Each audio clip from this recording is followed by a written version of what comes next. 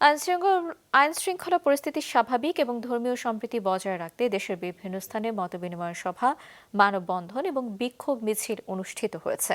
এদিকে সংখ্যালঘুদের উপাসনালয় এবং বাড়িঘর পাহারা দিচ্ছে বিভিন্ন রাজনৈতিক দল এবং স্বেচ্ছাসেবী সংগঠন। ডেস্ক রিপোর্টে দেখুন বিস্তারিত।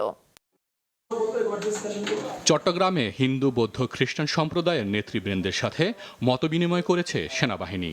এ সময় তাদের মন্দির, গির্জাসহ সব উপাসনালয়ে নিরাপত্তা নিশ্চিত করা হয়েছে বলে আশ্বস্ত করা হয়।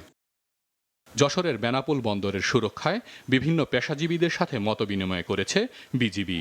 এ সময় উপস্থিত ছিলেন বিভিন্ন রাজনৈতিক দলের নেতা, পৌর মেয়র এবং স্থানীয় গণ্যমান্য ব্যক্তিরা। শহরের সম্প্রীতি সমাবেশ করেছে বিএনপি। আপনাদের পরিচয় আপনারা যশোরের মানুষ, আপনাদের পরিচয় আপনারা নরেন্দ্রপুর ইউনিয়নের মানুষ, আপনাদের পরিচয় আপনারা বাংলাদেশের সবুজ পাসপোর্ট ধারণ করেন। আপনারা কেউ দুর্বল নন। আপনাদের পাশে আমার বিএনপির নেতা কর্মীরা ছায়ার মতো আপনাদেরকে অনুসরণ করবে। সামনের দিকে যে আমরা এগিয়ে যাচ্ছি, এই ধারাবাহিকতা, এই নতুন বাংলাদেশের ধারাবাহিকতা চলমান রাখতে ছাত্র জনতা, আইন শৃঙ্খলা রক্ষাকারী বাহিনী সহ সকলকে একযোগে কাজ করতে হবে। ব্রাহ্মণবাড়িয়ায় সম্প্রীতি সমাবেশে বিএনপির নেতারা বলেন, সংখ্যালঘুদের নিরাপত্তা নিশ্চিতে সবাইকে ঐক্যবদ্ধ হয়ে কাজ করতে হবে। নেত্রকোনায় সংখ্যালঘুদের নিরাপত্তা নিশ্চিত করা এবং সাম্প্রদায়িক সম্প্রীতি রক্ষায় মিছিল ও সমাবেশ করেছে যুবদল। জেলা শহীদ মিনারে মানববন্ধন করেছে স্থানীয়রা। চুয়াডাঙ্গায় আইনশৃঙ্খলা পরিস্থিতি স্বাভাবিক ও সাম্প্রদায়িক সম্প্রীতি বজায় রাখতে বিভিন্ন রাজনৈতিক দলের নেতা ও সুধীরজনদের সাথে মতবিনিময় সভা করেছে প্রশাসন।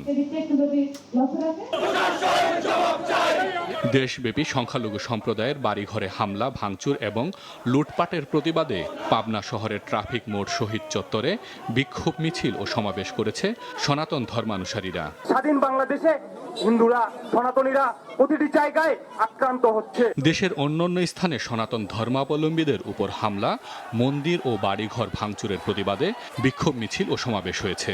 সমাবেশে বক্তারা হামলাকারীদের চিহ্নিত করে দ্রুত আইনের আওতায় আনার দাবি জানান।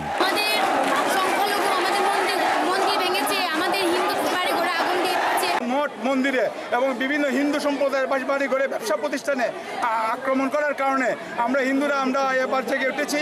আমরা আর পিছু হটবো না। আমরা এই দেশেই থাকতে হবে, আমাদেরকে মাথা উঁচু করে থাকতে হবে।